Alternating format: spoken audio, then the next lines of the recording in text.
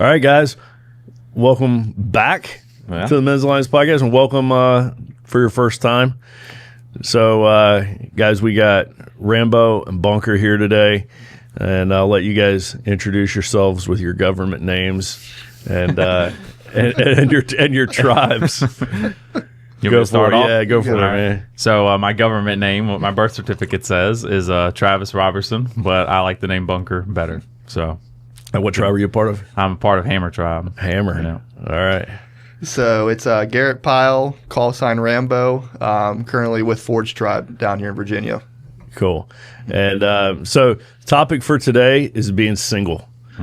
Talking about just all things single life. And this is a topic that we've been wanting to do for a very long time, and finally came together. So I'm excited about that. But before we get into that topic, we got to talk for a second about your tribe journey.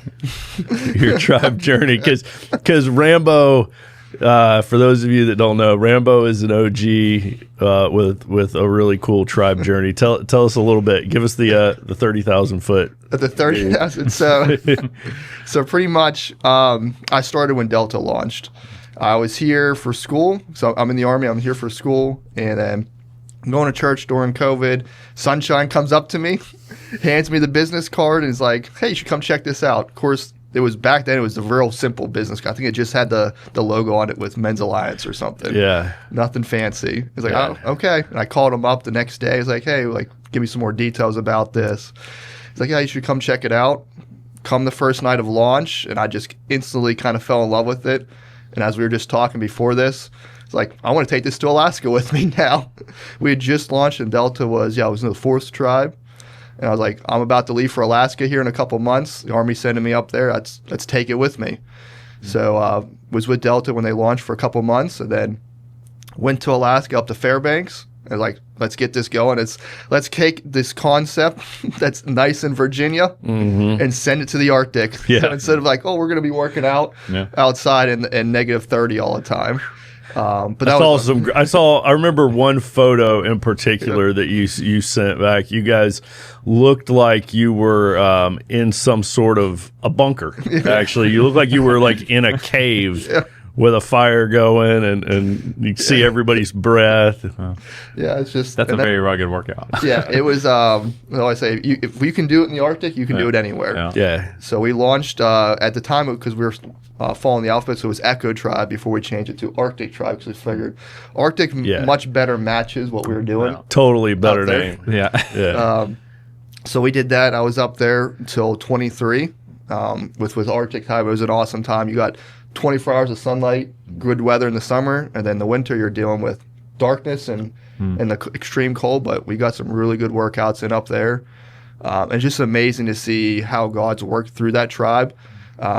Where we had a guy take the concept into Hungary, and be able to have Doc take that concept over there, and they started over there. We had another brother go down to Texas. Outlaw took a tribe down there. It's just neat seeing how it grew from there.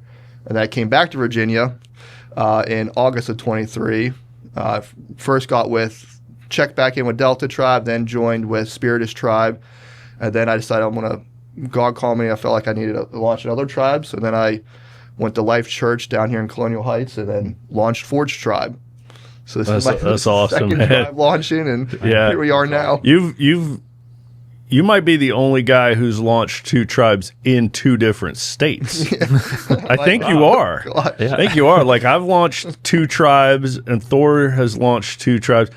But I don't think anybody's launched 2 in 2 different states. I think you own that title. Influenced another continent. And so Rambo's how Men's Alliance got to Alaska. Andy's how Men's Alliance got from Alaska to Budapest. So just and all of that happened because Sunshine invited you to, and he launched Delta. And I've talked about this before on the Ripple Effect podcast. But Sunshine wouldn't have launched if the guy installing his Wi-Fi hadn't told him about Men's Alliance.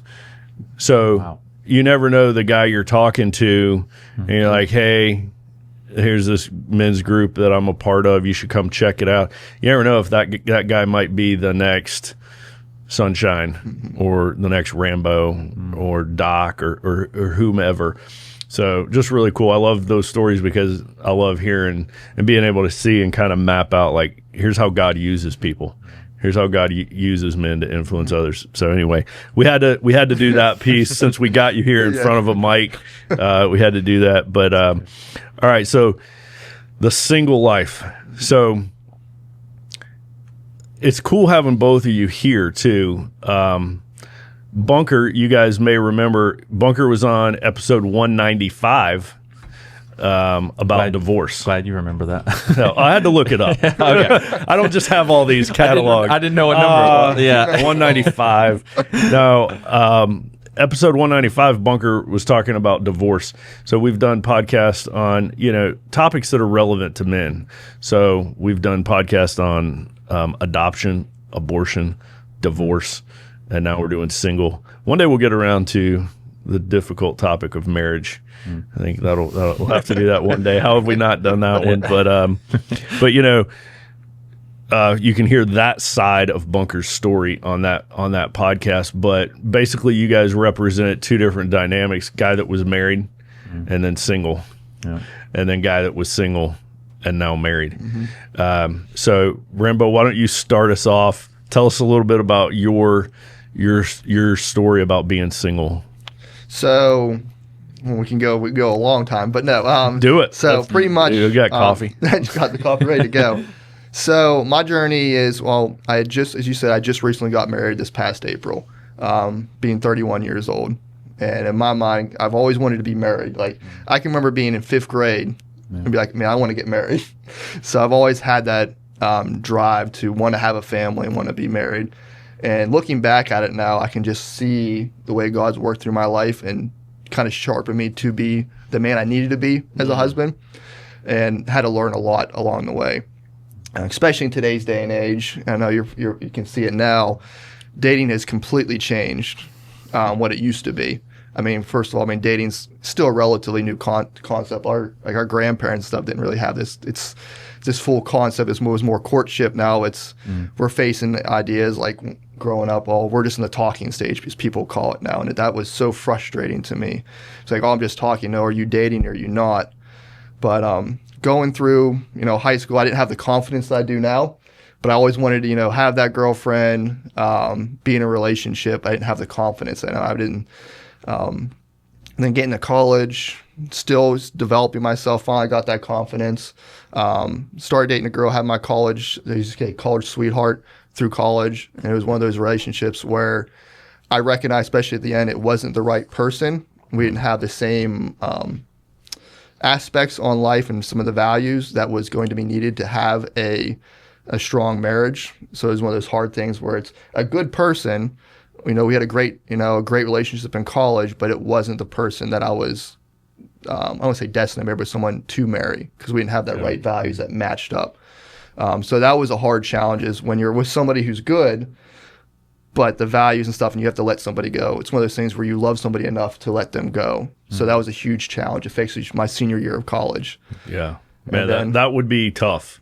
Yeah. That would also take a lot of maturity. Emotional maturity. Yeah. So that was definitely hard, because it's your first real relationship. You have your, I don't want to say flings, but you have your high school going out and stuff. But it was in college, you're out on your own.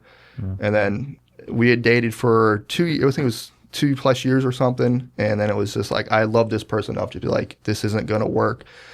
We want two different things out of life. I need to let you go. And that was hard. I mean, for both of us. And it's one of those things where, and for a while, you usually able to stay friends and just hand that. It wasn't something where you break up and you have that conflict.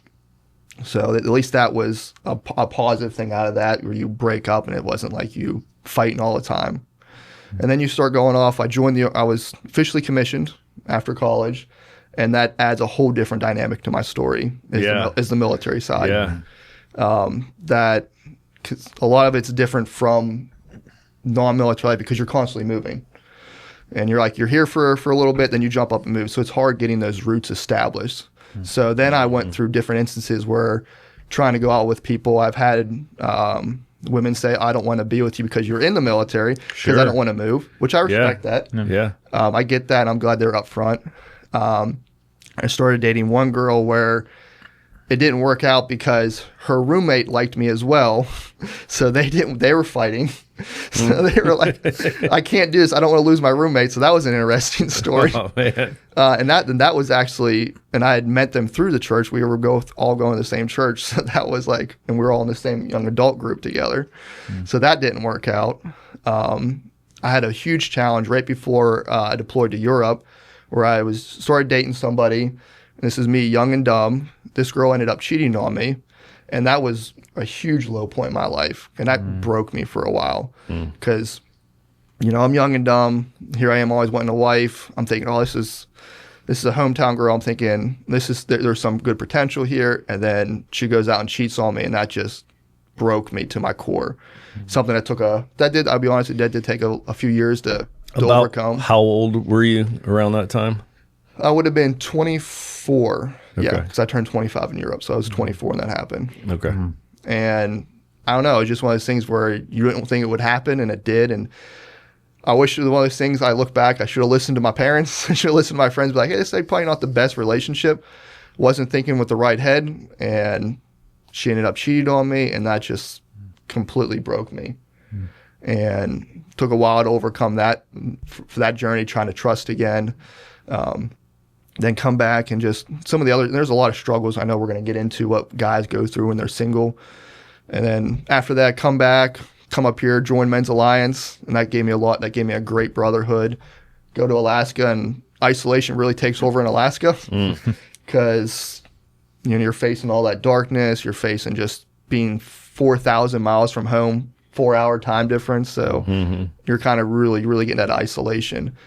One thing that helped me during that, though, is I really focused on my company command time. So I focused on my soldiers, so I didn't focus as much on the dating world. But I was still that desire to be married, because I'm one of the only commanders who's single. Like, there was a couple others, but when you're in the military, you usually have that spouse to help you out, to help run some of your family groups and stuff. And it was just me. So not being that, and you go into all these events, you're going to military balls and stuff, and it's always me by myself. So it starts aching on you, and you start having the enemy kind of creep in and try to tear you down because you're alone. Especially you're 4,000 miles away. I come back here to Virginia in August of 23, and I'm like, I need to start really focusing on this. I got out of command, and we can get into it. I recognize why God kept me single in Alaska now, and I'm thankful for that, and I'm thankful for my single years, because I wouldn't have made me who I am now to be ready for my wife. But I come back here in August, and I'm like, I got to really focus in and prepare myself. First thing I bought a house. You came down and be able to, you prayed over me in the house, and I know one thing to focus on, like, to find the wife to be able to bless this house with and be able to start and raise a family with. And that was just really impactful, having you and Jarvis there to pray over this new home. And I was just like, I started trying to date more in the church, because I started in Texas dating in the church, Alaska, now Virginia, and just that was not working. I just couldn't find the person. And then it was Christmas. Yeah, it was Christmas of 23 and of 24. My grandma, this is my spiritual foundation, has always been my grandma. We're over there for Christmas, and and afterwards she came to me and says, I could tell how upset or miserable you were, because it was just me. Everybody in my family was with somebody. It was just me. And all my cousins are, they're having kids now. So one of my cousins, 3 kids or 2 kids. My sister has a kid. And my grandma recognized, like, I must have been, like, really miserable on my face. Grandmas are insightful, man. They're dialed in. And she's like, trying to help me out. She prints out all this stuff about online dating. So, she's like, you should try this. Yeah, that's hilarious. So she's like, you should. Had you not tried online dating before? I was very against online dating. I was a person, my best friend, who was my best man for years, trying to get me to do online dating. But it took to my grandma for me to try it out, because I wanted to meet somebody in person. I wanted to build that connection. Maybe for me, it was all about the story. And it took to my grandma to convince me, why don't you try this out? And I was like, okay, I trust, because I trust my grandma full-heartedly. Like, let me try this out. So I started it. And that's a whole can of worms. I know we're going to kind of get into the concept of online dating, and there is still a lot of bad online dating. But if you use it as a tool, it can then guide you. It can be the same as meeting somebody's birth if you use it as a tool. So I was going through it a couple months, and this was, I think, January or February. I got started online dating, this adventure. And I met this girl, and we started talking. It was back and forth, and it went about 2 months of just talking and messaging back and forth, talking on the phone. Went on a couple of dates with her. And then I was home on leave for my birthday and Easter of 24, April of 24. And we planned to come back, meet up again. On the way back, she had, says, I can't do this anymore. It was always, it's funny because like, oh, my cat died, so I can't do this anymore. I can't focus right now. And I was jokes like, so your cat dies? And then, I don't know, I don't get it. But it was a really weird thing because I spent the last no guy would get that. Yeah. None of us would get never it. understand. We're like, okay. Yeah. So and she just ends it, and this is where I really see God's power working. I was at the lowest point of my life when that happened. Still don't know why, because it was like this hardly had any connection with this girl, but for some reason this one really broke me. And I will never forget, because it was April 12th of 24, and I remember calling my dad and my mom, like talking to my dad, and he was just, I was just broken. For some reason, this almost broke me more than being cheated on. Because I think it was to a point, it was like, I've tried all this. I've tried the in-person dating, going through church, going through friends. Like, I even did a blind date in Alaska, which was like just the craziest thing. And now this with online dating, I'm trying. It's like, I knew it. I shouldn't have done this. Wasting my time. Felt like it was like a last-ditch effort. It felt like this was the last thing. And it just broke me. And I was like, nothing's going to come out of this. I am like, I feel like I'm going to live my life single, which I know we're going to get to. It's not a bad thing. Yeah. But here I am since 5th grade. I can remember wanting to have a family. I've always wanted to be that husband, be that father, be able to give back, be that hopefully one day my child's baseball or softball coach or something. And here I am, just like those. I don't want to say the stupidest thing, but the smallest thing broke me with that. Here I survived being cheated on in some other long relationships, but it was the simplest one where I was like, I can't do this because my cat died or something, and it just broke me. I just remember. And it was the angriest I've ever been at God too.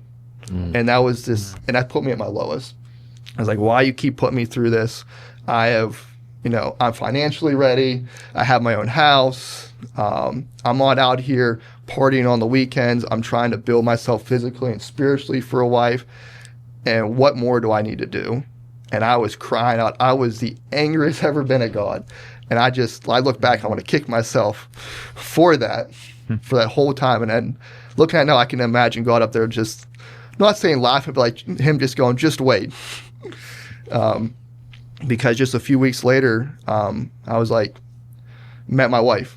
It was one of those things where even though I was at my lowest, I didn't let it hold me down, because my life motto is never give up, never surrender, and always be ready to rock and roll. So I got back up. I was like, no, after that day or so, I was like, I apologize. Lord, I'm sorry that I broke down in my anger and frustration at you. That was wrong. And just, I got this, you're going to use this to better me. And just got back up on that saddle. Tried one more time with online dating, and then happened to match with my wife, Shannon. And it was kind of history from there. And the most not ironic thing, but the best thing is the lowest point, April 12th, is the day I got married the following year. And that was wow. So it was like, I was at my lowest point, most angriest at God. And a year to the day later is the day it was the happiest that I married the love of my life, my best friend. So it was just neat watching how God took me through that. And I know this is just that kind of like the short version of everything, but yeah. So how old were you when you got married? 31. Okay. So, I'm 46, and hearing you say this, I'm guessing that you probably, at age, 27, 28, 29, and then you hit 30, right? You probably felt old. Did you feel like you're getting old? But now here you are married at 31, and you look back and you'd be like, I guess I wasn't that old. So looking back, yes, because I remember, and I think that's part of what probably drove that, felt like so angry, is like, man, I'm 30 years old now. Yeah. I have my family members, my cousins who've been married for almost 10 years now with kids, and I'm 30. Mm-hmm. And I'm very thankful for my single years. I've gotten to travel so much and do so much amazing things, help building the kingdom of God. But I was just like, this is the one thing I've wanted since so much in my entire life. And I'm 30 years old, and I'm thinking my life's over now. I'm too old. I'm going to be, if I get lucky enough, I'm going to be too old to have kids or something, or start a family. It's just, I think that's really what broke me. But then now looking back, it's like, I'm only 30.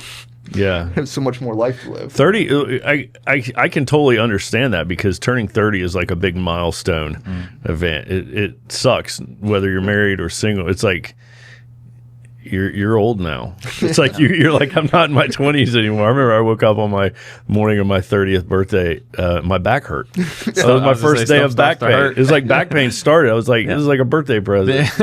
Yeah.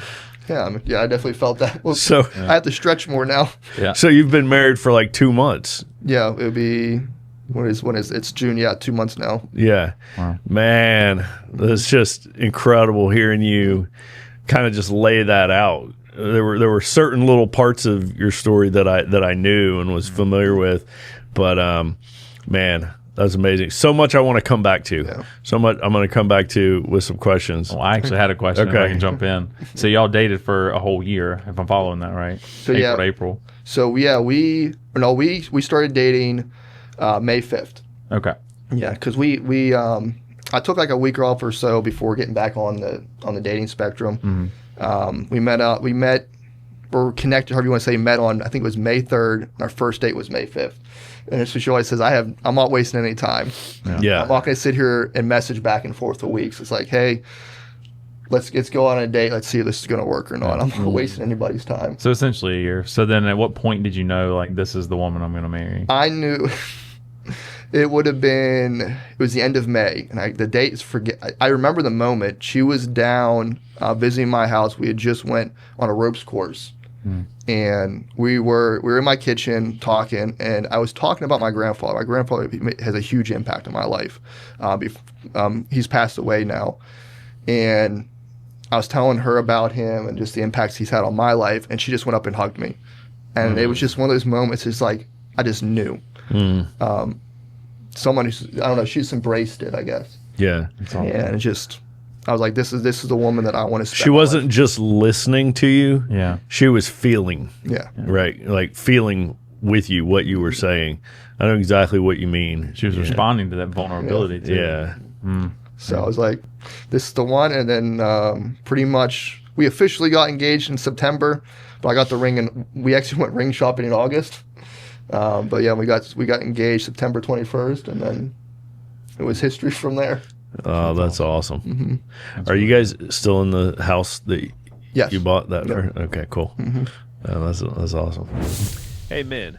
Thrivent is proud to support Men's Alliance's goals, and financial advisor Dr. Andrew Newman, call sign Sage, is excited to help tribe members and those they care about make financial choices guided by their Christian values. Faith is what fuels Andrew. Does it fuel you too? Call Andrew today at 612-246-0725 so you can take care of yourself and those you care about, including your local tribe and Men's Alliance. That's good. All right, Bunker. All right. Where you at, man? So Catch us up. my story is definitely different. Yeah. So actually, I'll start with the fact that I was single for about 2 years, and then as of recently, I was dating, and then that has since fallen apart. But I'm going to come back to that and start from the beginning. I know you referenced episode 195 is when I was talking about divorce, and I know we're talking about singleness now, but I want to reference a few of those things. No, I think that's an important part of your story. Exactly. Right, because you've been married and then single. Yeah. And so it's going to play a factor in that. So I was married dated my ex-wife for 5 years. We met in college, and then, dated throughout, and then moved to Richmond in 2019. And we still dated then, and then eventually decided, like right around COVID, it was actually before COVID, said, all right, we're going to get married, jumped in and moved in together. And that was when it was like the honeymoon phase. Everything's good for like the first year. 6 months to a year, and then things started to kind of chip away, fall apart. And at that point, I didn't really have a community or a network, and Men's Alliance has been huge for that now. But at that time, I didn't have that in my life. And that was when I think I referenced this in the podcast, but learned like how important it is to have that, because when you start to fall away, you have nobody to turn to. And so the 30,000 foot view is, in that instance, I wasn't a leader, and I was wrapped up in some unhealthy habits, unhealthy things. It was lustful things, and then something that I've known to come is financial infidelity. So we had risked a lot of money. I buried that and hid it, and that produced a lot of shame and things that I have not addressed. And we lost a good amount of money and kept How it. would you define, I've never heard that term, financial infidelity, and I think that's a really amazing way to put that. Yeah. How would you define that? What's your definition? I didn't know it either until I was digging, and we'll get to that, digging from something I've learned from this relationship.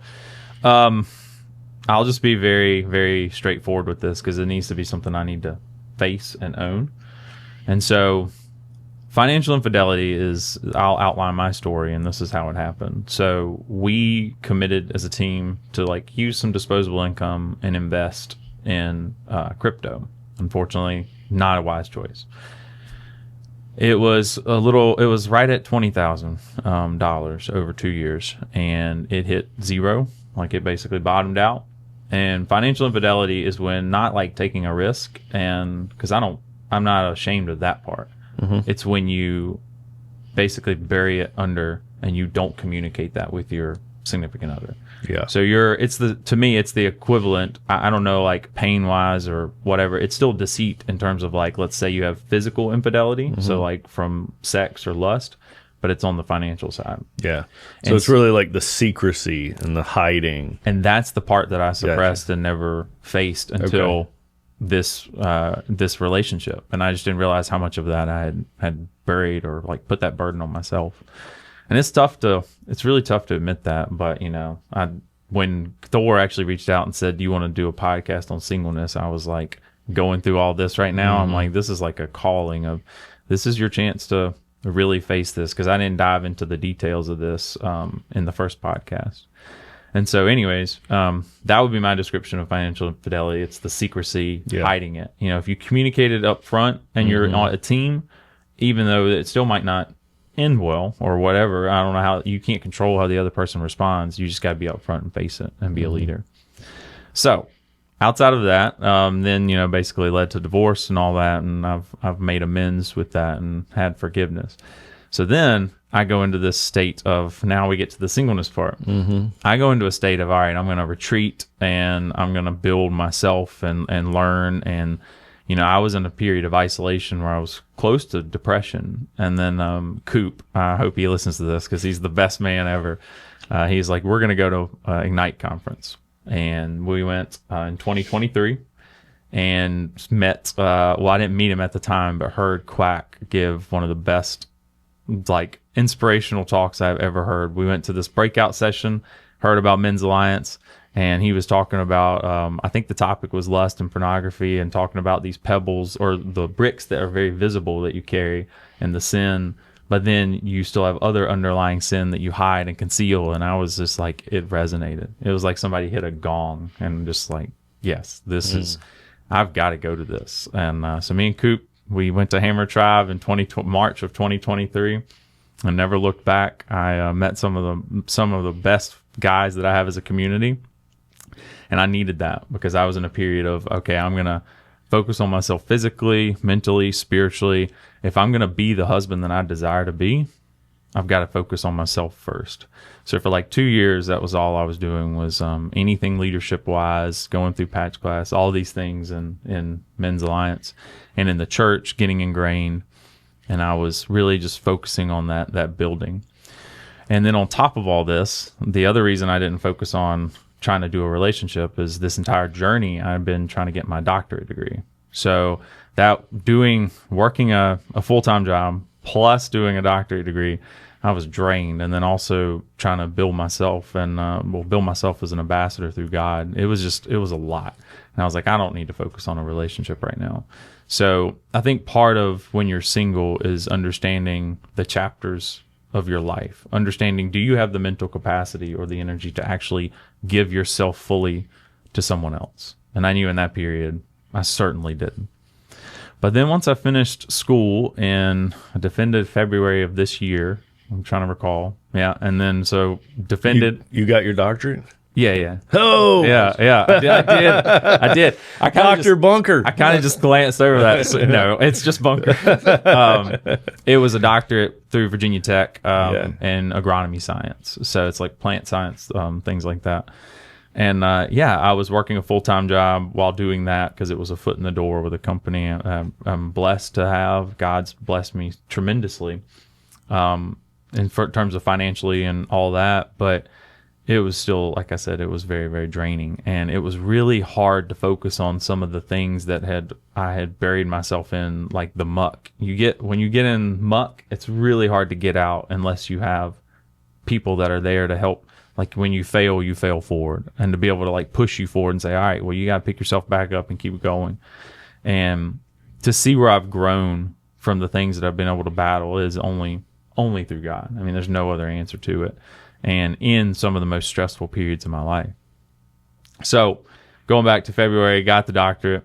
And then once I finished that up, this girl comes into my life. And I'll leave her name out of it, but she was a godly woman and just caught my eye. And just like you said, Rambo, I have not wanted to do dating apps. I've stayed away from it because I've heard too many treacherous stories of like how agonizing it can be. And I was like, I'll just wait for God to bring someone in my life.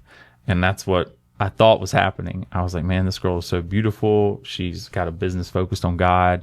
And I was like, this is it. I had already jumped to a leap of, okay, God is putting this person in my life because this is what, I'm already I'm right. Basically speaking for God, piecing the things together. It's like, it's got to be you, God. And he's like, well, have you talked to me yet to ask that question?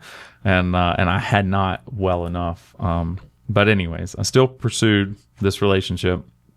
She was somewhat hesitant, but we jumped into it. And this is where I learned something about like attachment styles, because I had not been in any relationship since my divorce. And I was very fearful of entering into something. And I was like, all right, I'm going to ease into this. And I started easing into it. And then I got way into it.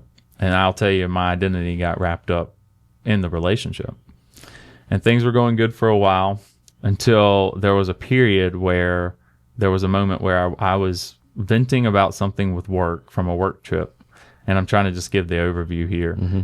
And a question happened, and I did not know how much pain I was suppressing going back to my divorce. Did not know how much shame I was repressing, because a question was asked, and I immediately went to defending myself with not the truth. And I'm like, why did I just do that? So then I had to come back, and after taking some time away, after a long conflict, I had to take some time and say, look, this was not who I am. I had to step up, give the full truth. And unfortunately, it dissolved the relationship, but I'm always very happy that I was able to come back and give the honesty in that moment and face it. That's really huge.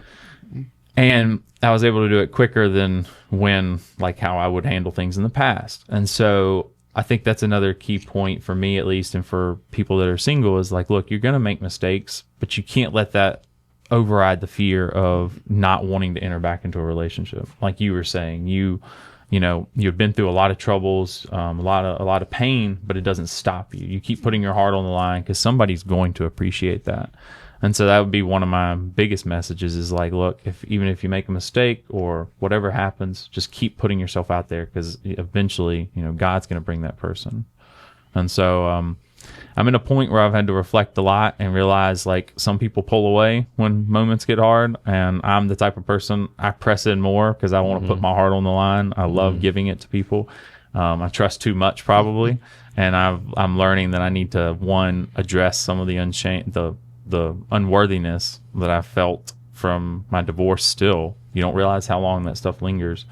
And then also just being able to pace myself more in a relationship. And these are just some of the lessons I've Man. learned recently. Whew, those are some big ones. So, how long were you married? 2.5 years. And how long have you been single? A lot of stuff. How long have you been single? Well, I was single for 2 years after the divorce, and then this was more like of an on and off relationship for 4 months, and now I'm freshly single again. So Yeah. Okay. And I tried some. I will say, while I said I stayed away from dating apps, I did try it. Went on like 2 dates that were miserable, and then I was like, nope, this ain't it. I then got off. But yeah. Oh man. But no, I'm not gonna quit. I just gotta come back a little bit, reflect, because it's just like when you debrief from a like a mission or whatever. You're all right. What did I learn? Reflect on that. Where did I go wrong, and how can I improve? I think that's such a great analogy because that's actually where the learning and the growth occurs. Yeah. It doesn't occur during the event. Yes. It doesn't occur on the mission or during the conflict. Yeah. It occurs after it's over only if you take the time to go over it. Yes. To contemplate on it, to examine it, if people that just fly through life from one event to another event to another event or relationship to relationship, right, there's no learning, there's no growth ever occurring. Yeah. Just like if you only just flew every day, you're actually not going to get better at flying. No. Your habits are going to become concrete, but they might not be good ones. It's the debrief. You have to say, okay, let's go over what just happened. What did I do poorly? What did I do well? Yeah. How can I improve? Right? Those are the kinds of moments after big events, big conflicts, especially in life, where I feel like so many men don't ever do that. No. They don't take the time to kind of like sit back and be a bit of a detective. Yeah. And go over, okay, what just happened and why? Yep. And how can I do it better? Yeah. You gotta be willing to dig deep and be able to figure that out, especially if you make a mistake. It's like, okay, you're going to, but let's figure out why I made that mistake. This is why, I think the world uses a lot of cliches about this, but the truth is still there, right? Like, you need to work on you, right? Like, that's something you hear. I'm taking some time to work on myself. Yeah. Like, that's kind of the way people will phrase it, but when people don't do that, as cliche as it is, if you don't do that, you see people just jumping from one relationship to the next, and they continue to do the exact same thing. And really what the thing is that they're doing is they're continuing to date the exact same person. Yeah. Right? Because if you don't change, if you don't change and grow, you're going to keep attracting the same type of person over and over again. You're going to be stuck in the cycle. That's why it's so important not to date in isolation. You want to have a group of people with you. Like, you don't want to date alone, in a sense. You want to have some advisors or mentors, like, help see your blind spots, especially when it comes to dating, like I alluded to. Oh. And you got to listen to them. I probably would have avoided some pain if I would have listened to in my younger days on what people were telling me about some of the people that I had dated. But I think it's really important for guys who are single is when you do start dating, do not date in isolation. Like, you want people to help see your blind spots, and because you do get into that honeymoon or that everything is, you see everything through golden lenses. Everything's perfect. The red flags look like gray flags. Yeah, then you just ignore everything. And looking back, like now, I can look back and see so many red flags that I ignored on different people. And it's like, man, I wish I wouldn't have done that. Yeah. But if you get yourself with a good counsel, and I think that's a great thing, especially with Men's Alliance, like, hey, you're out trying, like, hey, I'm now dating this girl, and those guys can help you see some of those red flags. You might say something which you don't even notice, and another guy can be like, wait, what did she say? Or like, they can start to unravel that to help you out. And that was one of the things that I learned, is especially when I was in Alaska, I really grew my faith, is just praying. Like, my pastor is really praying with me for that next step. To find that person, pray over me. Like, everything I did, I was always asking for prayer. And that was one of the things I wish I'd done in my younger life more, is having that wisdom poured over me. Yeah. And I think it's for guys out there who are going through this singleness and those struggles that deal with it, is surround yourself with other guys so they can help. So important. Can I add to that? Mm-hmm. Because just what you said was something I reflected on, was going through this instance there's two things on it. Is one, the community is so important because after all this happened, I reached out and scheduled coffee meetings to understand mentally like what happened, and it was with 4 or 5 different guys, and it was only the guys that I knew would give me the raw truth. So I was like, if I gave them full honesty, tell me exactly what happened from your perspective. And it was from both sides, like her side and my side. I'm like, you just give me the raw truth so I know, even if it was something dumb that I did, just don't sugarcoat it. And that was exactly what I got. And that's the only way you learn and improve. And then the second part of this is I would have never, while I said I made the jump to like, okay, this has got to be the person and spoke for God, I don't regret putting myself in that situation because you don't know what not just repressing in terms of pain, but you don't know what you need to learn until you put yourself in the moment. I could have stayed single forever and I would have never known what I need to heal from. So I think that's the other piece of advice is like, don't be scared to move forward because then God will bring something that he needs you to refine and fix for the next step. So I think that's really good advice. When you were talking about, having that band of brothers that can speak into potential blind spots that you're not seeing. And it's kind of for either of you guys. Have you guys ever felt like when somebody did that, say something about this person you're dating that you don't see? Did you ever like take it personally and get upset? Oh yeah. I mean, I'll just jump in real quick. No, go for it. I mean, yes, and that was. And my mom and dad, especially my mom, will bring it up. Yeah. She was like, when I got cheated on, like my family was like, it's probably not the best thing. Like they were telling me all these red flags, and I took it personally, and I did get. They were telling you red flags before it happened, and that's why I said I was young and dumb. Yeah, okay. And I ignored them, and I took them personally, and I was like, no, like trying to ignore the wisdom. And I look back like, man, I was really. I mean, I was 24, but I was just like, I was not mature enough to see that. And I did take it, as you said, I took it personally and was like, nope, I don't believe it. So that can definitely be the other side of the coin. I think we tend to take things personally because we're connecting our identity with that person or with that thing, right? Yep. Like, this is the stupidest analogy, right? But I talk with my wife about this. Like, if I say something negative about a piece of furniture in our house, like she's offended.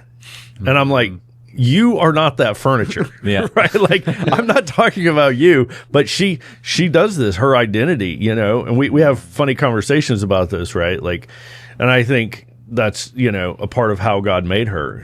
She was sad. She was legitimately sad when we sold a car one time. Right. And I'm like, what on earth are you sad about? Right. And it's like, or if I criticize a chair or a couch or we lose a car or you getting upset when somebody talks about this girl, right? It's like, that's not you. Those things are not you. The car is not you. The furniture, this other girl.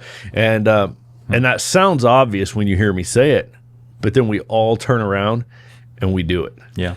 Right. Like, say you're not going to. Like, here's mine, right? Like, if somebody criticizes Men's Alliance, I get upset. Yeah. But I have to remind myself, like, I am not Men's Alliance, right? They're not criticizing me. They're criticizing this ministry, right? And I have to be able to separate myself from that. Yeah. But I think when we get into a relationship with a girl, it's hard to do because it's like when they criticize her, it's like they're criticizing your ability to select women. Yes. Nope. I'm just agreeing because that's exactly the point I was going to make. So I'm like, I'm just trying to like unpack this here. I'm like, I can totally see this. I've been, how do we prevent that? How do we take that about whatever it is? Maybe it's, a ministry, a job, a car, a girlfriend, whatever.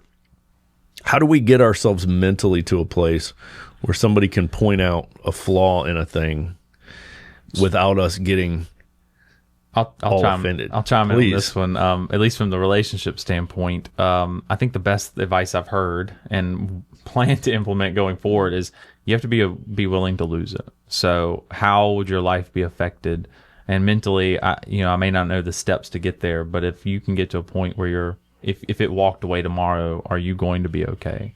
And if you can separate that and say, all right, my life's going to continue. So like if you lost Men's Alliance tomorrow, it's definitely going to hurt, but your life's not over. You still have a family, you still have God, you still have everybody. You have so many blessings.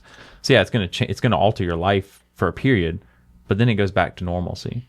And so I think being able to emotionally be stable enough to say, all right, if this person walks away, and just from a relationship, if they walk away tomorrow, I still have my life. I still am emotionally a dependent person. That's exactly right. To be able to, I have hobbies, I have interests, I have a career, I have all these things. And I think keeping those, that's probably the best advice. Keeping your own identity in healthy things, healthy habits, and being willing to say, no, I'm going to actually prioritize and do this, or, X, Y, and Z, because I want to make sure I maintain some dependency. So I think that would be my advice. 100%. I think this is really getting to one of the most important topics in any relationships, whether you've been married for a long time or you're single. Either way, men have an identity problem. Yeah. And like if we've made our identity, our job, our ministry, our career, or our relationship even, if we make our identity in anything other than as a child of God, we're setting ourselves up for massive potential problems, right? Because like you said, and I think what you said is we could turn that into like a little bit of a mental exercise that men just need to do regularly. You just need to remind yourself. You need to have this kind of self-talk where you regularly remind yourself that you need to recheck in with yourself too. If I lost this person tomorrow, I'm going to be okay. I'm okay. I'm not going to die if they leave me, or if they die, or if I lose my job, or whatever happens to me, I'm going to be okay. And this is something that I talk with men a lot about in relationship coaching is if your wife leaves you, you're going to be okay. And a lot of times, like, men don't want to hear that on a first appointment. A first session is like, it sounds callous. Right? It's like, you're going to be fine. And our goal in talking, our goal together is not to get your wife to stay. Our goal is not keep her from leaving. Our goal is to help you become healthy and independent so that you're fine no matter what she does. We hope she stays. That would be ideal.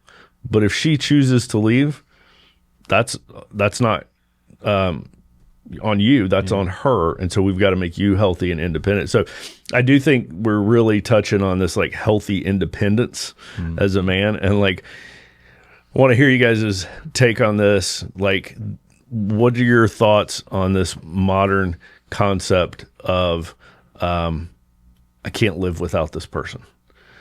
I need this this whole you complete me, I can't live without you kind of romantic love song Disney theme.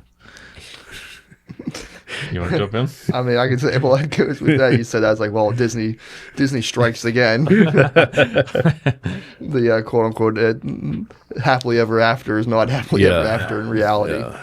I mean, I could just say, like, I think it goes back to, like, we get too wrapped up in a lot of things. In today's culture, it's all about me and so many different things, not just in relationships, but everything's all about me. We live in this world through the lens of we are the main character in our own story that we then project onto the world. And you see that all the time. So everybody who started doing all this crazy stuff for something, it's like they're doing it probably because they're like, I am the main focus. And everybody needs to look at me like I'm the main focus. And we just kind of get wrapped up. And in the dating world, just kind of got going through some of the events that I went through. I can definitely recognize in my younger years, before I matured to where I am now, I did get wrapped up into this person is my world. Because you don't want to lose that, because it gives you comfort being with this person. Or it's like you can get your identity. You said you can get your identity wrapped into that, which then starts into creating idols as well.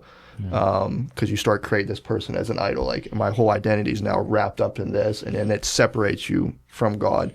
And instead of this person coming into your light, coming into your life to complement you and to build a relationship for God, and to worship God and to build his kingdom, you're putting that person before God. And then it starts destroying a ton of bridges in your life now, because you're like, I got to do everything I can to keep this person. And I would also say what really helps drive that is, how do I say this, which gets into some of the issues with online dating or anything in this world, is our lack of attention span. And like, everything's so quick now. You see on videos are so quick. We have a lack of attention span. It's the same with dating.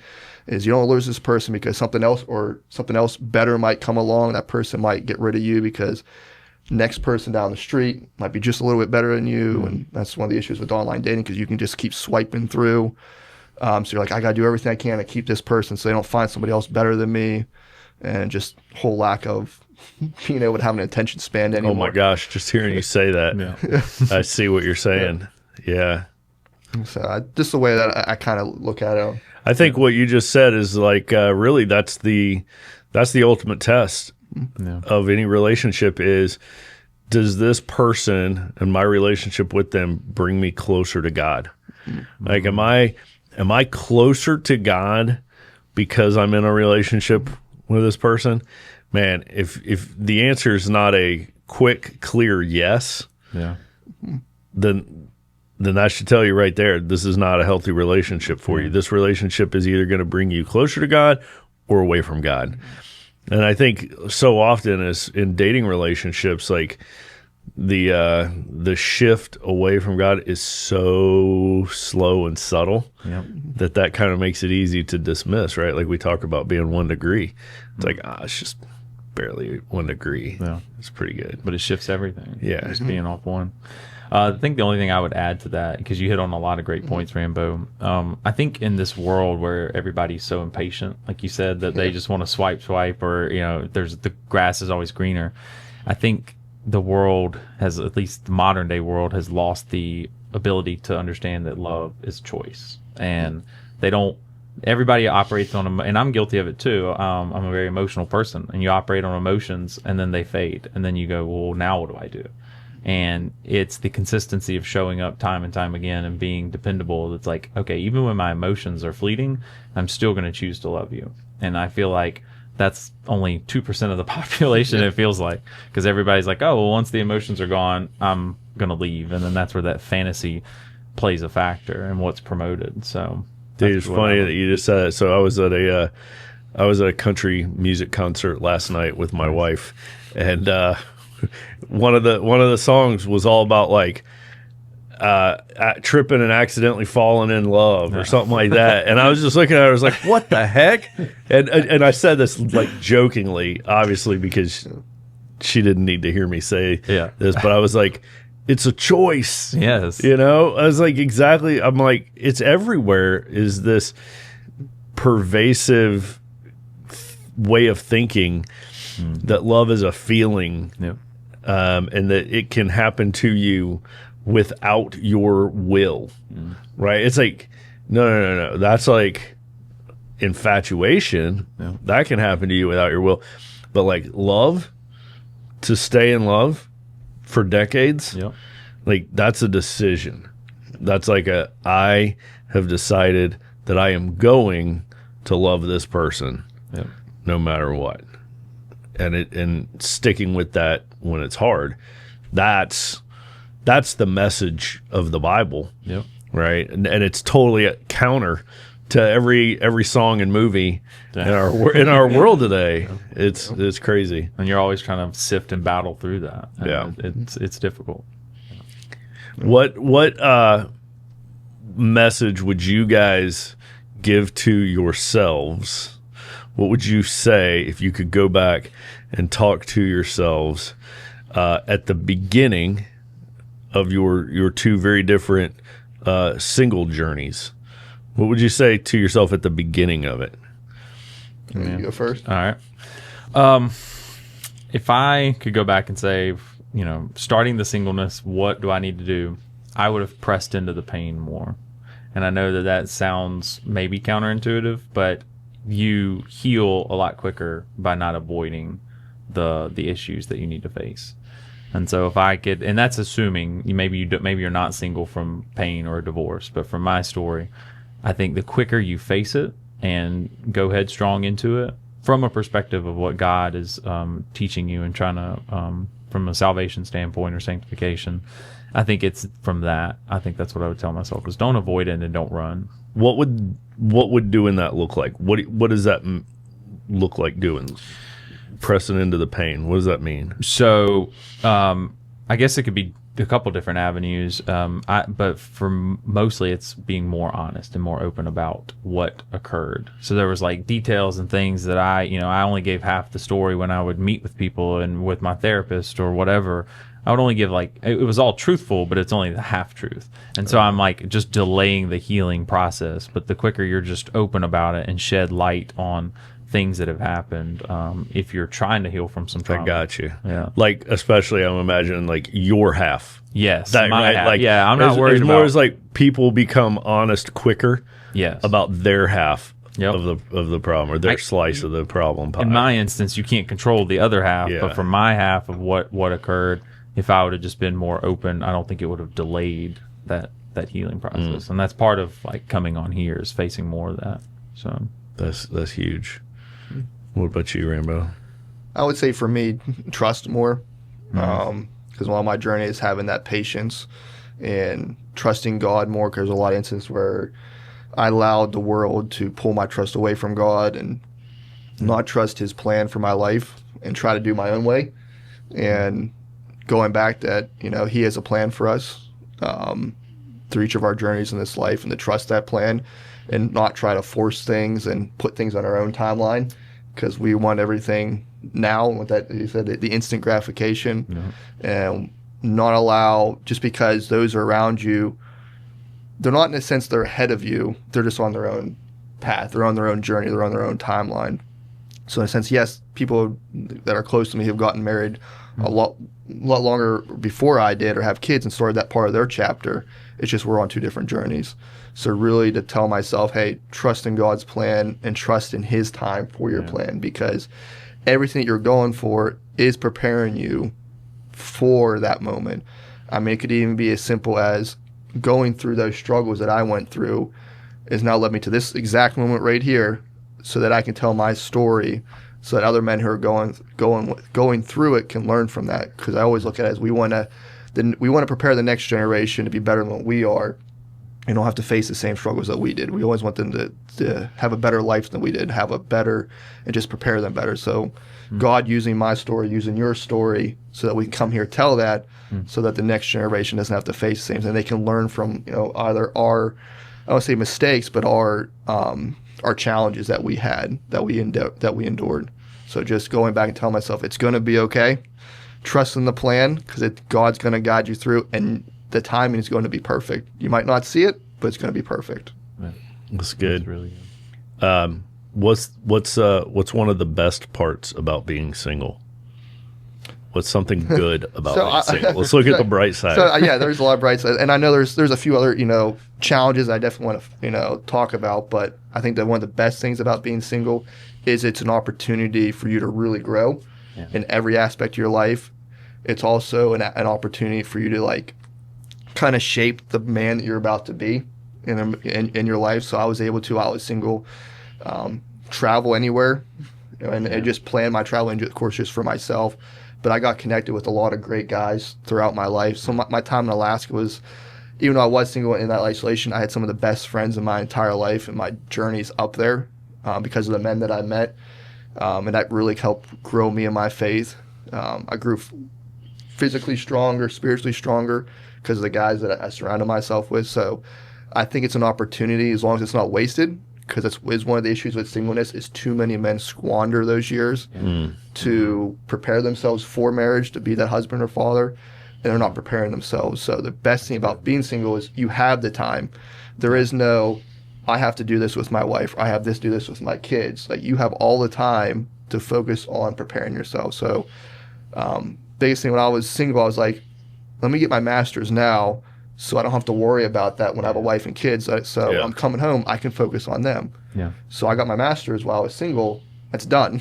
There's no more me coming home and have to work on schoolwork. I can come home, focus on my wife now. So I think the benefit and the good things of being single is you have all this time to prepare yourself. So when that time does come and God opens that door, you can focus on your wife. You can focus on your kids. So that's one of the things I would say. Yeah, that's really good.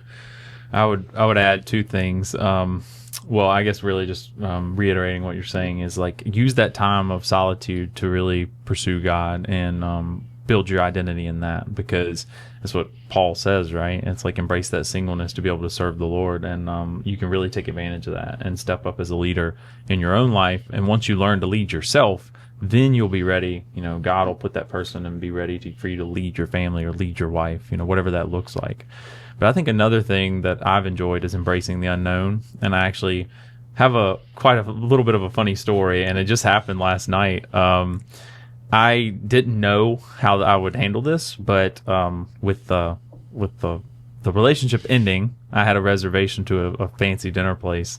And I just reached out to some of the guys, and I was like, I'm going to face this, and I'm going to go regardless. And Coop went to dinner with me last night, and we're two guys in Men's Alliance gear, and we're at a really fancy restaurant, and I got something like a rabbit dish. He got pork shank, and it was one of the best conversations ever. And we just talked about life and learning, and just like I was picking off of his brain of, marriage and all that. And it clicked, and I was like, man, this wouldn't have been a blessing if all this wouldn't have unfolded. And I've been wanting to reconnect with Coop, hadn't talked to him in a while. So I hope he hears this. And that's just a quick example of like, I was looking around and like two barbarians here just eating this fancy dinner. And I was like, embrace the unknown, because you just never know what'll show up in the right time. And sometimes you don't get that perspective when you're in a marriage or in family. And when you're in singleness, you really appreciate that because you're in a single period. And so I think I would add that too. That's really good. Both of your answers kind of shared a little bit of a theme about not being isolated. Yeah. You were doing stuff with groups, traveling, connecting with other tribesmen and stuff. There's like a theme here of not just sitting in your living room playing video games all the time. Yeah. Right. Which I can see how like would be an easy, path to slide down. Yeah. So those are some of the positives. Mm-hmm. So what were some of the big challenges? Some of the challenges as being single? Oh, for me, I know my biggest was overcoming that isolation. So when I first, when the divorce first happened, I just wanted to, totally retreat because I didn't have anybody.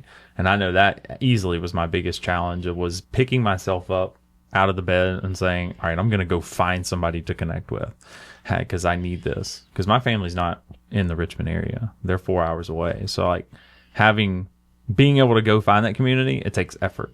And a group like this is what really maximizes that and gives you that outreach in a healthy way. So that was absolutely my biggest challenge was, okay, nobody's going to build this community for you except you. You got to take responsibility. You got to pick yourself up. You got to move. That's good. So much. Challenges. Yeah. So, you take this a lot of different ways. I think for me, because 4 hours away, I was full days travel for my family. So, a little bit further. A little further.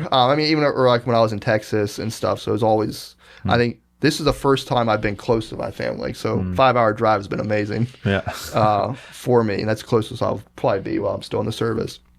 I think being that isolation, but then that challenge of singleness, and I think it affects a lot of guys in this world is lust. Just being out there in this very sexualized world, and of course being isolated just adds on to that. So fighting those demons of sexual immorality, I'm messing up the word now. Sexual immorality. Mm-hmm. Yeah, with lust everywhere. So it's just. It surrounds you. It's one of those things where you have to overcome, especially being in a single world and I think that's something that really hurts the development of men because it sucks, but sex is free in today's world and it plagues a lot of guys. And I think that really hurts both in the dating world and as you get into marriage and relationships that guys have to overcome. And I think it's being surrounded by a group of guys to hold you accountable with that. So and that can open up, I know, a lot of different discussions with that, but I think that's a challenge that in this world of dating in the modern world, I mean, it's all over your phone, and then it gets into the concept of dating apps. Some dating apps are specifically designed just for hooking up, and that just completely destroys the concept of dating. And then when you're, especially as a man, you're trying to, go out in the world and date, trying to be able to, find a woman who's one is going to, want to be faithful, have those same values, build a relationship that's foundationed on Christ, and have a family, because you want to date to marry. Because if you're not dating for marriage, you're dating to break up, and you're just hurting everybody. And you're wasting a lot of money and time. But in this world, so many people are dating just to have fun. They're just dating for instant gratification, and it's so much about the physical. And when they're done with that, we just want to move on to the next thing. And that just is really infects our culture in today's world. Instant gratification, always want to swipe to find the next person, and looking at everybody as how can they benefit me, almost like I'm going shopping at a store, I need this, instead of looking at in the dating world as I'm looking for this person to be my wife, to build a family with, so I'm dating for marriage, not to date to break up. And I think that's some of the challenges that we face. I know there's challenges that I face trying to find somebody who has those same values, those same morals, and wants to date for family, not just wants to date for a hookup. So I think that's so important, because whatever you do while you're single, you're creating those pathways in your brain. Yep. And it's not like you're going to be a different person the day you wake up married. Yeah. So if you're like out there just hooking up, looking at porn, living this lifestyle, and then you find the right one and you get married, like you think you're just going to be a different guy the next day. It's like you've been doing it this one way for so long, you are going to fail in your marriage, because you have created that pathway in your brain that leads to that. So it's like what I hear you saying. Yeah, exactly. Yeah. You're not just going to magically change. Yeah. So what I'm hearing you saying is like, live while you're single in a manner to set yourself up for success in marriage. Exactly. Like, don't look at porn. Don't just hook up with people, right? If you're just trying to hook up, if you're looking at porn, you're building a habit pattern, basically, that you're going to then think you're going to do a 180 at the altar. And that's true. And it's what you do when you're single over years is going to affect your marriage. And it was one of the things growing up because like I said, I've been wanting to have a wife since I was in 5th grade. And even as a 5th grade me, every time I looked at dating, I'm looking at somebody as my wife. Yeah. And I don't know how many times I've been with other guys be like, how do I say this? Talk down on, or just be like, oh, you shouldn't be looking like dating like that. Just date to have fun. I don't know how many times I've been told that in my life from other guys growing up.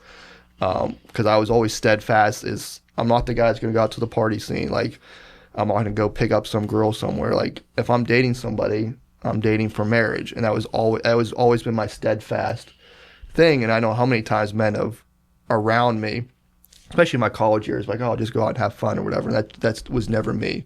My intent was always for marriage. Yes, being in this world that's very sexualized, and there was times in my life, yes, that I did struggle with the porn and stuff. Especially being isolated, it's just like you're just all by yourself in this, and just surrounds you.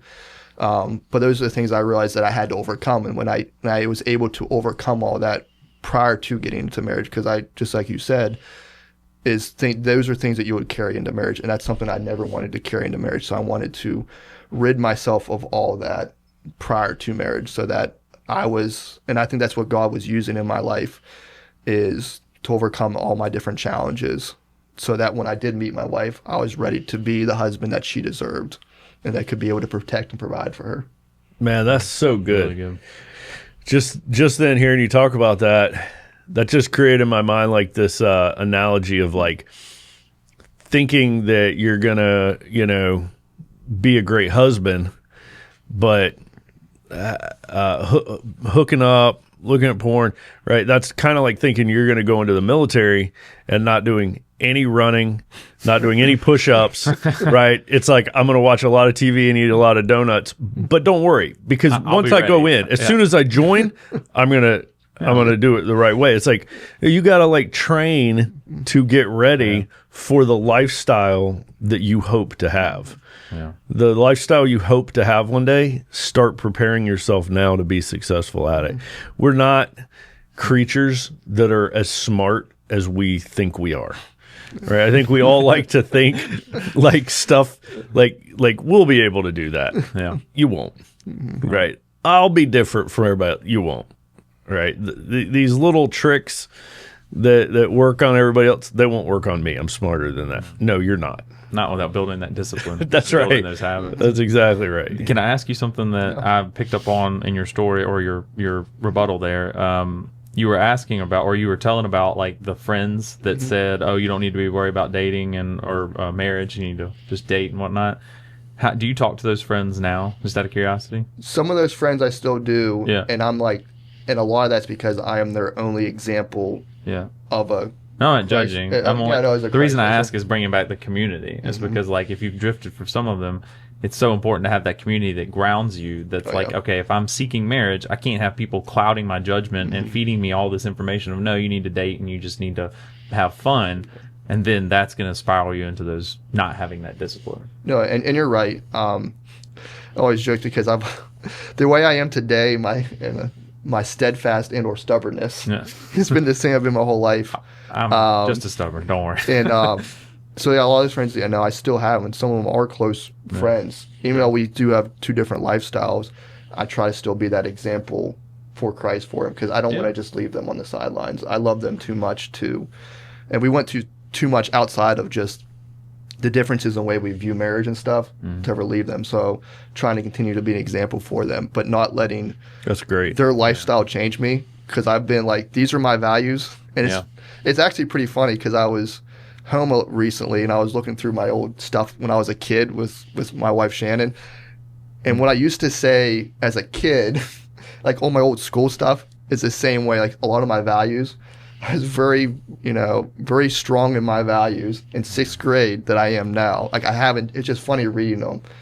And not allowing, as you said, some of those communities, because they can. The people you surround yourself can slowly morph you. And there's times in my life I saw that. And when I did start to see that, I did pull myself out of that so I wouldn't let it consume me. No. But also not to a point where, because I want to be that example for Christ in their life. Because sometimes, like, we're the only examples that they're ever going to see. Yeah, and that was more my point. Is like it's not about like I was just saying it's so important to have that community because it's not only about the disciplines and habits you want to build for that future, getting ready to be that husband. You have to be disciplined about the people you let in your life that feed that information to guide you in that right direction. So very important discipline in what voices you allow to speak into your life. I think that's something that a lot of men really they don't have the door locked. The door's wide open and just like anybody in the world is speaking into their life and they're just taking inputs from everywhere.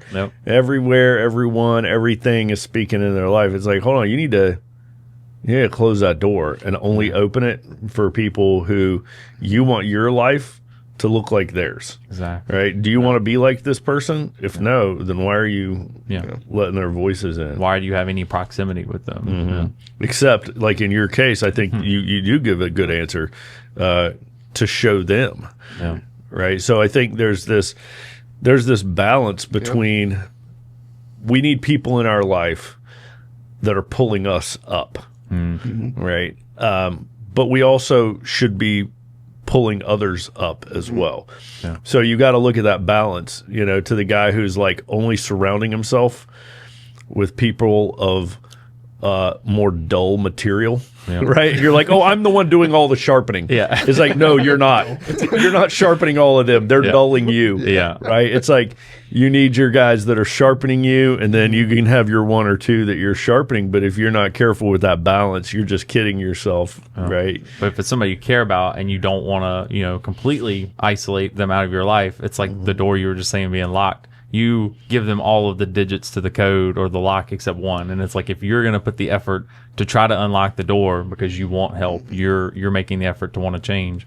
Okay, well now I'll let you in, but if you're not, well, that door's going to stay locked until you're ready to receive what you're trying to help them with. So man, that's good. All right. Last thoughts, comments. What do you guys? What's something you want to communicate that maybe we didn't ask? Anything you came here feeling you needed to say? I have to think on it a little bit. Or did we cover everything? Yeah, I don't know. No, I mean, we could go for hours Sure. talking because we've been whatever the time's been that we've been talking. Like, there's so much more to talk about, and I think one thing I want to leave men with who are in this season of singleness is recognize, first of all, you're not alone.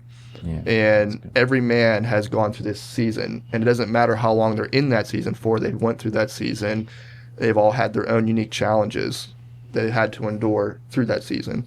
But as I talked about before, use this time that you're in the season of singleness to make yourself and sharpen yourself to be the husband and that your wife deserves. Don't just sit on the sidelines. Don't just sit there and waste these years or whatever time it might be, but really prepare yourself. I did a lot of reading. There's a lot of books that I read on being single and engaged. Actually, I even read a lot of books on marriage because I always look at it, especially on the military side, you want to prepare for the job that you're going to have in, the 2 jobs up. So I'm single, but I want to read books on marriage so that I have an understanding of that, so that when I do come to that chapter, I'm not franticing around. I've already start preparing. Start preparing for that now. Yeah. And you're going to be faced with challenges. You're in a world right now where it's surrounded by instant gratification. Sex is everywhere. The world is telling you that the hookup culture is the way to go. They're trying to destroy the nuclear family. They're trying to destroy what the Bible calls us on how to build a family. And you need to be able to stand against that. And it gets to that concept of being a barbarian ambassador. So when you're in that time, as we just talked about, surround yourself with men who are going to pour wisdom into you to help you through that. Find men that are going to be your accountability partners so that when you do stumble, because we're men, every man is going to stumble on something, and every stumble is going to be different. And for me, I've never drank my life alcohol and never been a thing that I stumbled with. But, lust has been something that I have stumbled with. And having those guys in my life to hold me accountable for that has prepared me well. So now I've been able to go into marriage much stronger now. So when you're going through this season, surround yourself, prepare yourself in all aspects. And that's spiritually. Pour into the Bible, pour into more ways that you can better the kingdom, and don't waste this time. This is a perfect opportunity, as we talked about before, like Paul. You have all the time to really better God's kingdom during your single years, because you're not leading a family. You're able to go out and really get into ministry because you're single. And it can be as simple as, leading the tribe at Men's Lines, or just going out and doing something at work, but just being that example so that when the chapter does open, that door opens up and you become a husband, you become a father, you can focus in on that.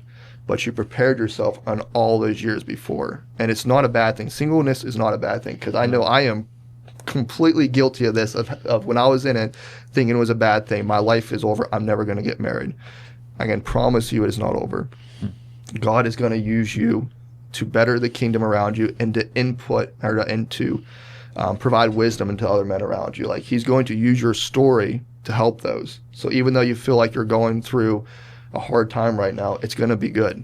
Like we always talk about, you have to sharpen things. You have to break things down and make them better. So be appreciative, and I guarantee you're going to look back and be thankful for every challenge that you face. And then you can go in to pour into other guys. That's good. Mm-hmm. I think you bring up something really important to say here is the goal. The goal of being single is not to get married, right? The goal of being single and the goal of being married are both the same. The goal is to become more like Christ. Yeah. Whether you're single, the goal is become more like Christ. Yeah. And when you get married, the goal is become more like Christ. That's always the goal. And I think if we forget that, if we lose sight of that, and we start thinking the goal is to get married, no. Yeah, that's really good.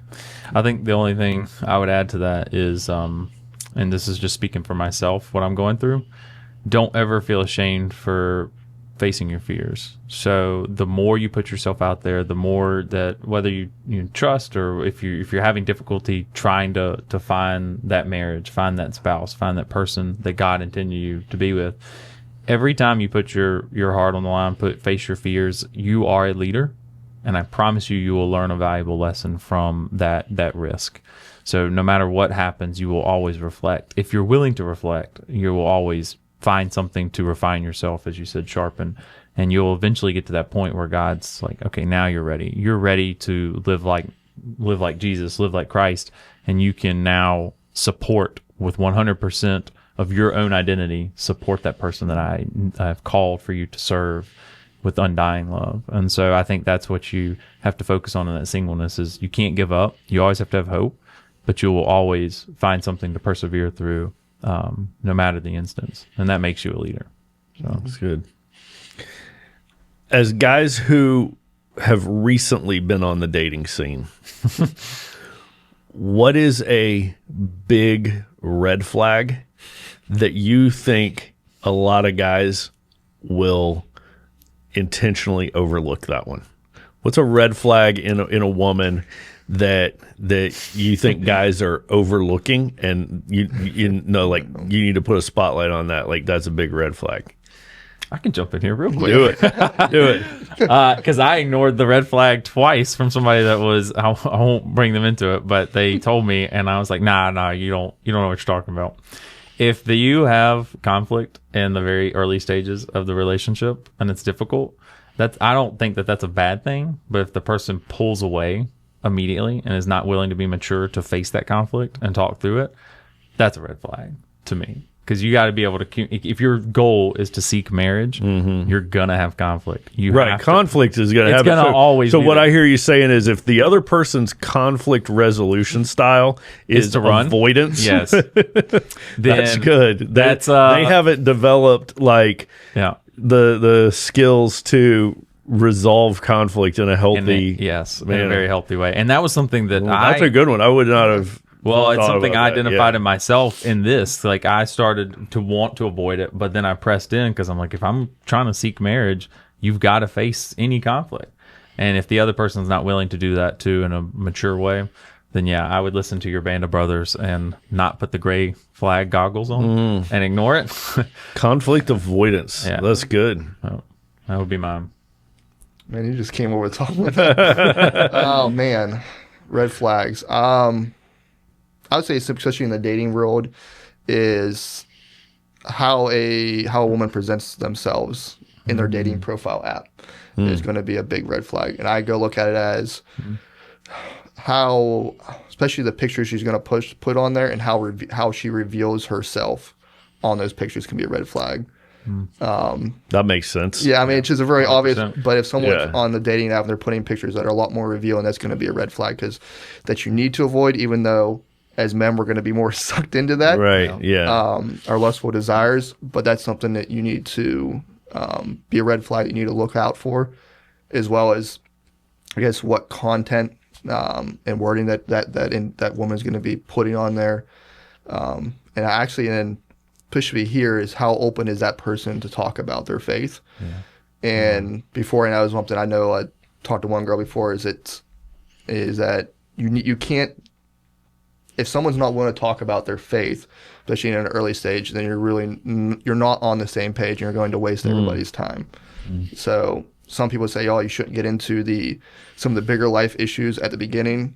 I'm always someone who says, heck no, man. Yeah, let's get that figured out. Yes. That's why I get into, a lot of people say that, and then there's me who's always been, I'm going to put myself straight out there. Yeah, I love it. Like, I was very much on my, on my profile, as you want to put it, Christian conservative country. Yeah. That's where I was. Yeah. There was that's what I'm looking for. That's what I am. I was very much open about that. A lot of people say, that's too much or something, but if you're avoiding these big things, you're weeding them out. You just reminded me. I got to share this.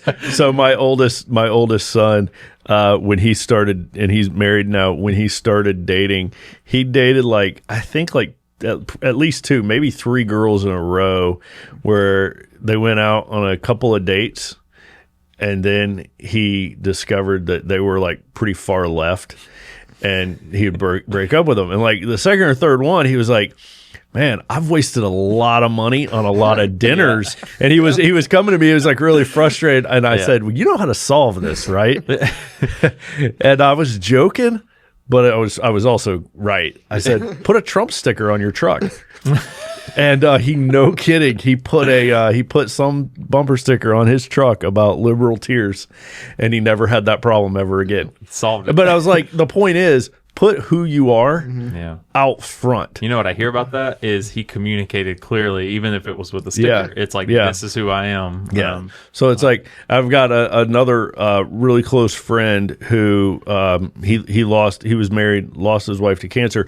And as he was dating again, entering that dating scene online, he told me this. He said, one of my rules was, I'm not dating anybody who puts in their profile that they're spiritual.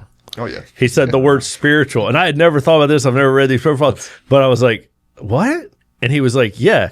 He was like, if it doesn't say Christian, I'm not wasting time. Not some vague, weird, mystical, spiritual. Right? He was like, spiritual is a red flag on a profile. Yeah. I think you got to be open and honest on who you are from the very beginning. Yeah. So I can say something very strong with that. Put who you are and look for what that person, how they put themselves. Because I like how you told your son that. But it's true. I don't know how many times I've wasted time like that. Yeah. And that was one of the success things with me and my wife now. Like first date, we talked about a lot of very, open, big, serious stuff. And it's, I know this is going to be, at the time, of course, I didn't know on the first date, but I know this has a lot of good potential because we're able to have these open, big conversations, and we're matched up on our values and what we want in life. Our Christian values are aligned, our political values are aligned, and let's get that open. So now you're not, as you said, wasting all this time and money. Well, this connects to your point about avoiding conflict or leaning into it, right? This is a great example of the person who doesn't want to talk about politics or religion up front at the beginning. That's a big red flag. It's like, why would you not? Are we planning on sweeping these topics under the rug? Yeah. Is this going to be a pattern? Or are we going to not address big important issues in a relationship? So I think even that is an example of it. Yeah. I don't disagree, because if it's something that big and you're not willing to face it, what else would you not face? Exactly. That sounds like some solid advice to our listeners who are looking. All right. Now it's time to name names. Is there a good dating website that you recommend for single Christian men looking for a good godly wife? For me, my success, I tried a couple of them, was Hinge. That's what worked for me. Because what their thing was, it's designed to be deleted, which, it worked for me. But no, Hinge allowed me to truly filter for looking for me, that Christian conservative country girl that I was looking for. Okay. It enabled me to, out of all of them, like I had tried, I think Match and a couple other off ones. I highly do not say Tinder. Tinder is very much, that is the hookup app. That's what they're looking for. Bumble, I would go away against that, because that is the woman makes the first move, and I don't think that's going to set up for a strong relationship at all. I think that's more... And it's named Bumble. Yeah. It sounds like they bumbled right off the bat. Because you're not saying, because as men, we need to take that first step. We need to lead. Totally. And that's setting up. To me, that's more for like I hate to say about a weaker guy, a beta guy, who's just like, I'm too scared to ask girls, so I'm going to wait to girl do that. No, you're not going to have a solid relationship with that. For me, Hinge, it enables you to have, instead of a good profile, you can actually write a little bit more about yourself. Provide some good pictures, and it has a good messaging too, back and forth. So from my experience from using a handful of different apps, that's what worked the best for me. Never thought I'd use a dating app to meet my wife. Like I said, I was very against it, and here I am. That's what God used to lead me, because I would have never met my wife if it wasn't for that. That's cool. We were just 2 hours. We were 100 miles apart, but I listened to the people around me. I tried it out. There are challenges, like I just kind of alluded to some of those apps, but if you use it as a tool, and that's the key thing, you do not want to get sucked into when you're swiping back and forth. It's like, there might be somebody better. Let me swipe again. I'm messaging this one, but let me get back on and start looking at other girls. No, when you match with somebody, just like in the real dating world, you need to be able to focus, like put your time to that person, because that's the key. You don't want to be sitting there dating multiple people at once, because that's something that plagues our society. You match with someone, you start talking to them, focus on that person. If it doesn't work out, then get back on it. So I don't know if I have really anything to add to this because I did try Hinge, and I will say of them that was probably the easiest one to use. Oh, wow. But the reason I don't have much to add to this is because my recent dating experience has all been with Men's Alliance guys at coffee dates and other things like that. So yeah, That sounds like a different podcast. yeah, I think that we might have to go down that on a different one. But yeah, I would agree that Hinge is probably the easiest one to use, where you're able to have the most flexibility to portray, like with the topic we were discussing. You get to be in the online dating world. You get to be yourself the most on that app than any other one. But yeah, I haven't had the success that Rambo has, so not yet at least. Man, that's cool. Yeah, I figured like, hey, that's practical. That's some practical advice somebody listening might need to know, because you guys have thought this through a lot more. I think, in my opinion, you guys have contemplated this and thought about it more than the average guy who's just kind of moving at the speed of life and not really strategically making the decisions, but just kind of letting life come at them, which is usually a pretty bad idea. Right? It's a bad strategy. Usually we got to get intentional with what we're doing, think about what are we doing, why are we doing it, what are the results going to be, and then actually moving into the driver's seat of here's where I want to be. I'm going to start taking these steps. All the stuff you've done that you mentioned, like reading books on marriage while you were single, you know, you mentioned like you have like a life motto, right? Like all this stuff sounds like exceptionally prepared, right? And so I think like that's almost like a sub topic going on here, is like how to prepare now for where you want to be, like you said in the Army, 2 jobs from now, right? It's like we shouldn't live for the life we have today. We should live for the life we want to have in a few years, and I think that's a big aspect of it. It's having vision and direction, right? Vision, direction, and purpose. There you go. Well, thank you guys for your time. Yeah, man, this has been awesome. It's been an incredible conversation, and we'll have you back. We'll have you back on when we do the podcast on marriage. Yeah. We'll do it all again. You're on all of them. Yeah. You're just on all of them. Let's wait a year or two. Let's see. Oh man, this has been fun. Yeah. All right. What are you guys carrying on your pockets right now? What do you want? What are you most proud of in your pocket? There you go. And oh, he slapped that down on the table. Why do I? That's like phones, and that's it. Because I carry so much. Oh wow, yeah, you're winning. Oh, I thought for a second that was like a pack of like drill bits or something. No, this is she gets all my. I'm always cash is king, so I carry my coins, which I got at the national rally. So what do you mean coins? Like change. Oh, okay. Like actually, I like paying in cash all the time. Oh man, so it makes it easy to keep. That's legit. That's interesting. Yeah, I got it from the guy at the national rally. See, so really cool. You like really make the cashiers upset, don't you? Oh yeah, overland leather. Mm-hmm. Which I will say, it was sad because I had somebody when I was on a vacation in Alaska, the bill was $349. I gave them $350, and they didn't know how to do change for that. What? And $349, and you gave them $350, and they didn't know what the change was. Doesn't get any easier. And it just blew me away. Wow. It's like I didn't put it. Oh, it's cash. I didn't put it in the system. I don't know what to change. I was like, what? It's just a penny. Yeah. Oh man. And it's just, the number isn't displayed exactly. That's the scariest thing. And then I fan in other people's coins, and they're like, oh, how do I count this? Like, how do you not know how to count change? Yeah, more and more places say, like, we don't accept cash. Like, I had never seen that anywhere until like I think 2020 is where places started doing that, and now like that's just stuck at a lot of places. They're just like, yeah, just cards. Man. And I hate that. It's where I learned how to count back change playing Monopoly. Yeah. Like when I grew up playing Monopoly, my mom would be like, "Nope, figured it out. How much do you owe me back?" Right? Like that's where I was. You're always a cashier when you're playing Monopoly. Yeah. No funny. Coins though in Monopoly. No, but you're still the same idea. Yeah. Yeah. All right. What kind of knife you got? Because we're carrying the same one. Yeah. So what do you got? This is a one off of, I don't even know what the brand is. Ryuk. Oh, okay. Sharp. Ooh. That's like a dagger. No, I've actually been, I don't know what happened to mine. I got mine in the mail, and then I have since lost it and looked online to see if I could purchase another and couldn't find it. Oh, yeah? Yeah, on the store. Well, the story behind this knife is Shadow picked this out Oh, really? as being a knife. And he was like, so it's got a screwdriver. Yep. Right there. The end of that is a flathead screwdriver. And then the whole back here is a bottle opener.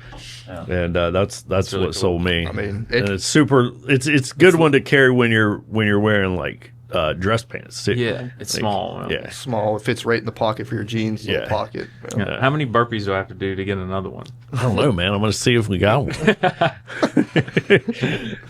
Awesome. Oh, Yeah, this has been good, man. Okay, now we're going to hit record and take two. Do it. Take two.